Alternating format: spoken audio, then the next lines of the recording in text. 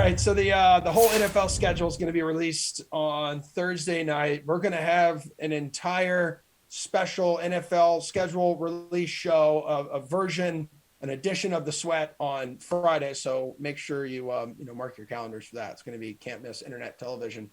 But there are some games that are leaking. DraftKings contributors Pearce, Dietrich, and Geoff Ulrich are here to share their best NFL bets. We're going to break down more of the games, guys, as they are released. But let's look at a few other sections here of the DK Sportsbook, like some rookie player totals. So which one catches your eye, Pearce? First of all, when do we break down Detroit's game by game so I can make sure that they're above a 500 team this year, huh? Yeah. Get excited for it, man. It's happening. And don't forget, we have it on tape. You called the Jaguars winning the Super Bowl this year, and that is why you and I have become best friends. Yeah, we'll get to the Jaguars later on in this segment. Chris Olave is going to be my guy for wide receiver. His prop this year is over 4.5 touchdowns, over 719 receiving yards. Those numbers are kind of low. I mean, obviously he's not Jamar Chase, but that's half of what Chase put up last season. So can Olave in that offense put up those kind of numbers? I think he definitely can. Even if Michael Thomas is playing, if Michael Thomas isn't playing, I still think he can get those numbers. And you look at in terms of receiving yards, over 50 receivers last year went over that total. Over 60 receiving touchdowns or receivers went over that receiving touchdown prop. So can he be in the top 50 and top 60 in pass catchers? I think so. I'll take Olave's props for this year. Okay, Geoff, which one do you like here? Looking at rookie player totals.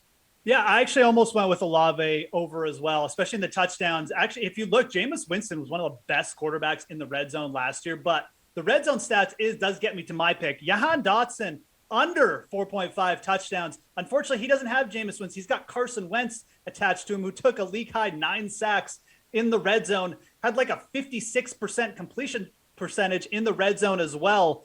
And then you also just add in the fact, like, you look at where Dotson fits into this offense. Like, he's not going to be the ace with Terry McLaurin there. You've got Logan Thomas to work to in the red zone as well. Like, there's just too many options here for the Commanders necessarily to be taking the over on Dotson's touchdown total. So I really like the under on that one. You also got Gibson, who, they used a lot, and his carries were going up as the year went on. So Dotson under 4.5 touchdowns total. I like the player. Maybe even look to take the over on his yardage and go under in the touchdowns, but I do not trust touchdown totals with Carson Wentz attached. So we're going to go under Jahan Dotson. I'll throw out one more over. Sky Moore over 680.5 receiving yards. I'll take that. Not afraid of Mecole Hardman or MVS in front of the depth chart of him either. All right, dude. I know it's early, but what's the value at looking at teams' odds to make the playoffs right now? Do you see any, Geoff? Yeah, I think there's a couple. I mean, Eagles minus 115 to make the playoffs. They're playing the AFC South this year. Oh, by the way, they also have games against the Commanders and Giants, going to be probably favorites there. Jalen Hurts is just a player, too, who very good at bouncing back from poor performances. Obviously, the A.J. Brown news. I'll take the Eagles to sneak in there. I don't think that's going to be a problem. I think they even challenge for the division. I think there's also good value on the Saints plus 150 to make the playoffs, too. They do play the AFC North this year, but again, like, you've got 4 games against Atlanta and Carolina here.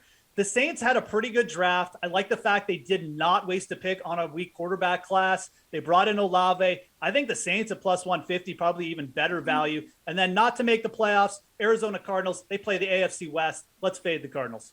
Okay, talk to me here, Pearce. Is this when you were going to mention the Jaguars plus 450? Yes, to make the playoffs. Of course it is. Yeah. Jags plus 450. I said it all last season. I still believe that the AFC South may be the worst division in the league, so anyone can win here.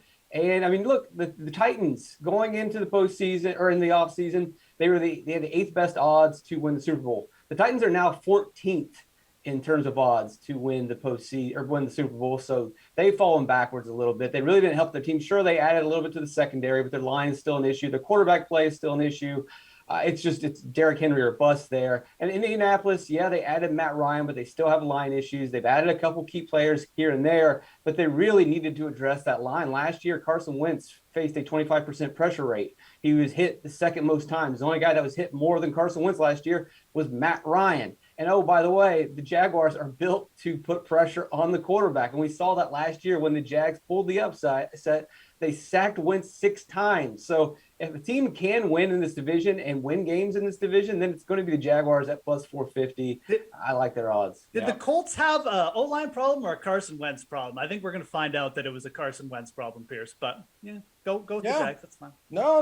We certainly will. But every point that Pearce made was absolutely perfect. Well done there, Pearce. The schedule does play. The schedule does play a factor on a team's win totals, though, Geoff. Is there one right now you like, regardless of how their schedule shakes out?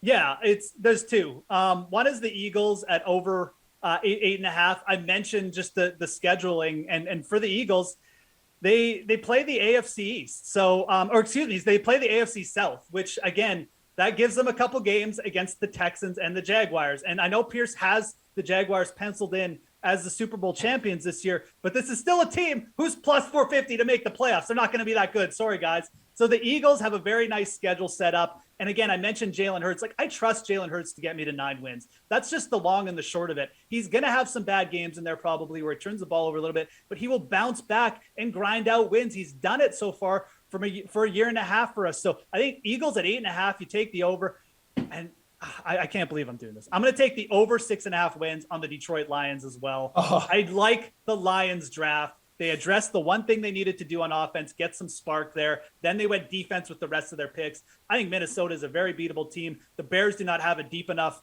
roster yet to really compete. I think the Lions can definitely get the over 6.5 wins for us at plus 100. I like that value. Music to your ears there, Pearce.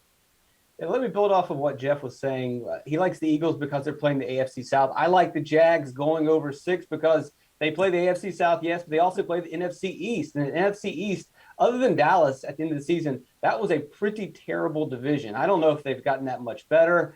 But either way, if I had to pick what division to play and on the Jags, then the NFC East would definitely be at the top of my list. They also get a game with Detroit, so that's another possible win. We never know with Detroit. They're practically a 500 team. They might cover, they might lose, who knows? But give me the Jags. If I got to go to the playoffs, and they're going to go over 6. And then I also like the Jets going under their total. I don't see, they added a cornerback, but I don't know how much is that going to really improve this team. The offensive line was an absolute issue. If they don't get better play there, and I don't expect them to, then how are they going to win games? And you look at the wins that they got last year. They were over teams like the Titans and the Bengals, but you look back, you still can't even believe that those wins happened, but you can believe every single one of their losses happened. They're playing games against the AFC East. They'll play games against the AFC North. I don't like the Jets. Give me their under. All right, guys, less than 90 seconds to go in show. How about a team whose team total could hinge on bad traveling, like a bad travel schedule or short rest between weeks, Geoff? Panthers under 6 wins. They play the AFC West this year. Good luck with that, Panthers fans. You got Carolina way over here on the East somewhere, and then they got to go to all these powerhouse teams on the West. That's the opposite of good. Panthers under 6 wins. Yeah, Sam Darnold's still the quarterback last time I checked. Yep, it's true. Pearce. If I was going to lean towards any team going under their total, I would look at the AFC teams, first of all, because they're going to play fewer home games. And then I would pay more attention to the AFC teams at home that typically have a home field advantage, like New England or Pittsburgh. Those teams are going to be hurt more, other than a team like the Jags, who really have no home field advantage at all. Sure. So they're not hurt by playing one fewer home game. So AFC, home team advantage teams.